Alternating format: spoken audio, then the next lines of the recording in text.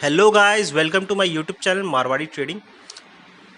अगर आप closing basis पर स्क्रीन के हिसाब से देखेंगे तो आपको पता चलेगा कि ज़्यादा मूवमेंट हुआ नहीं है, क्योंकि बहुत लोग हैं वो मनी कंट्रोल ही देखते रहते हैं। बट अगर आप इन द रियल अगर आप सारा टाइम बैठे थे स्क्रीन के ऊपर, तब आपको पता चलेगा कि आज निफ्टी और बैंक निफ्टी काफ़ी वॉलेटाइल रहे।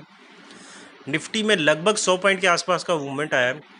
एक टाइम पे क्लोजिंग बेसिस पर निफ्टी 22,123 तक भी पहुंच गया था। बट हम देख रहे हैं कि ऊपर से बार बार सेलिंग आ रही है, ऊपर से यहाँ पे सेलिंग प्रेशर आ रहा है।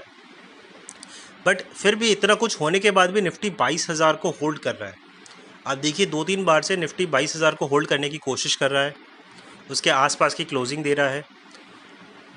अगर कल भी निफ्टी 22,000 के ऊपर क्लोजिंग दे देता है तो there are very good chances कि 22,000 एक इम्पॉर्टेंट सपोर्ट बन जाए। अगर 22,000 तोड़ देता है तो नीचे की तरफ उसका 21,950 एक इम्पॉर्टेंट सपोर्ट है। ऊपर का इसका रेजिस्टेंस कहाँ है? ऊपर का रेजिस्टेंस है इसका 22,051 और 22,072। अगर एक बार ये क्रॉस करता है तो हम निफ्टी में एक थोड़ा सा अपवर्ड स्विंग देख सकते हैं। बट कल की कमेंट्री, कल के हिसाब से देखिए मार्केट में मार्च हमेशा थोड़ा वॉलेटाइल ही रहता है, क्योंकि काफ़ी सारे इवेंट्स लाइन अप है। यूएस का इवेंट लाइन अप है जहाँ पर यूएस फेड की पॉलिसी आने वाली है।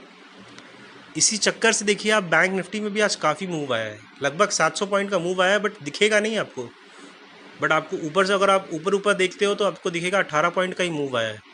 बट एक्चुअली में बैंक निफ्टी में भी बड़ा मूव आया है। ये इवेंट के पहले इस तरह का मूव होता है। मेरी एडवाइस यही रहेगी कि इवेंट को हो जाने दीजिए। इस इतनी वोलाटाइल में देखिए एक प्रोफेशनल और स्किल्ड ट्रेडर्स ही ट्रेड कर सकते हैं। ऑन अ पर्सनल नोट, मैं बैंक निफ्टी में काफ़ी कम ट्रेड करता हूँ, ज़्यादातर ऑप्शन बाइंग करता हूँ। तो बैंक निफ्टी काफ़ी वोलाटाइल है। यूएस का फेड का इवेंट भी है जिसमें जेरेमी पावल साहब रेट स्टेबल रखने के ही ज़्यादातर चांसेस है। सबका ओपिनियंस तो यही है, बट इम्पॉर्टेंट है उसकी कमेंट्री कि वो हॉकिश पॉज होगा या डबिश पॉज होगा और आगे का उनका आउटलुक क्या है, ये बहुत ज़्यादा इम्पॉर्टेंट है। इसी के ऊपर मार्केट रिएक्ट करेगा। वेल, अगर ऊपर की तरफ देखा जाए तो आप देखिए बैंक निफ्टी 46,800 को क्रॉस करने की कोशिश कर रहा है, बट वो बार बार फेल हो जा रहा है। वहाँ पे बार बार मार्केट उसको रेजिस्ट कर रहा है।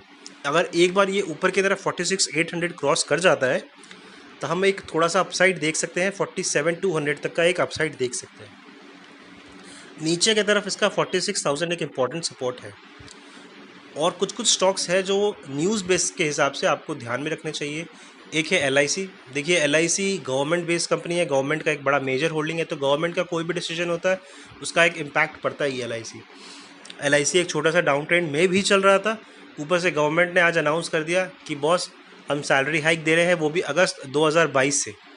अब इससे LIC के एम्प्लॉयज़ को तो फ़ायदा पड़ेगा, मगर LIC वालों कंपनी उसके पास हज़ारों करोड़ का बैलेंस शीट इम्पैक्ट पड़ेगा, जो कि LIC के लिए एक नेगेटिव है। इसीलिए आज देखिए LIC जो है वो 2% से ज़्यादा गिर चुका है। जो लोग भी LIC में एक फ्रेश इन्वेस्टमेंट लेने के बारे में सोच रहे हैं, आई वुड रेकमेंड कि हमें थोड़ा वेट करना चाहिए। आपको एक नीचे बेटर अच्छे लेवल्स मिल जाएंगे अगर आप थोड़ा टाइम इसको वेट करते हैं तो। अब बात आती है ITC की। देखिए ITC हमेशा से अभी कुछ टाइम से फोकस में रहा है due to a huge deal जो कि अभी हुई थी बैट के कारण।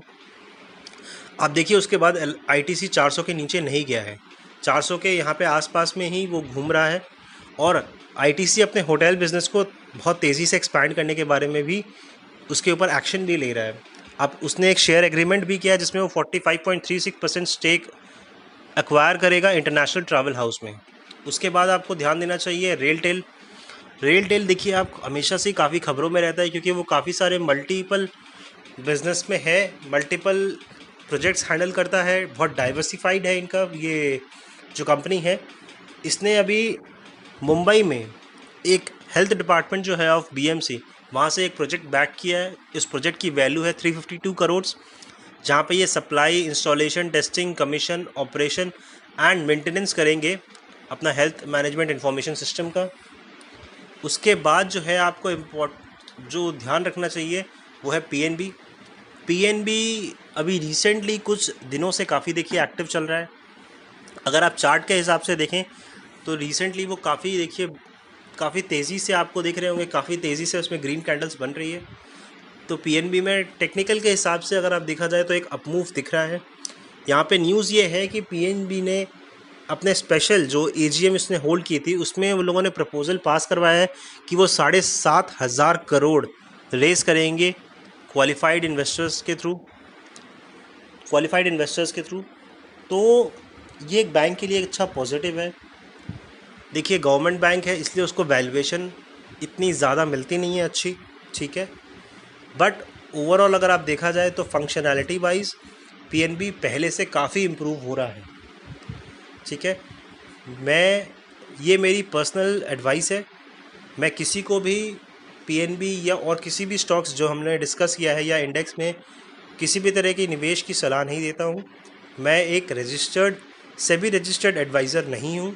तो जो भी आपको इन्वेस्टमेंट से रिलेटेड डिसीजन लेना है तो आप प्लीज़ एक फाइनेंशियल सेबी रजिस्टर्ड एडवाइज़र से ज़रूर कंसल्ट कीजिए। क्यों? क्योंकि पैसा आपका है, प्रॉफिट नुकसान वो भी आपको ही झेलना पड़ेगा। अगर आपको मेरा एक्सप्लेनेशन अच्छा लग रहा हो तो मेरे चैनल को लाइक कीजिए, सब्सक्राइब कीजिए, उसे शेयर कीजिए ताकि मैं आने वाले सभी वीडियोस के नोटिफिकेशन आपको मिल सके। Okay bye.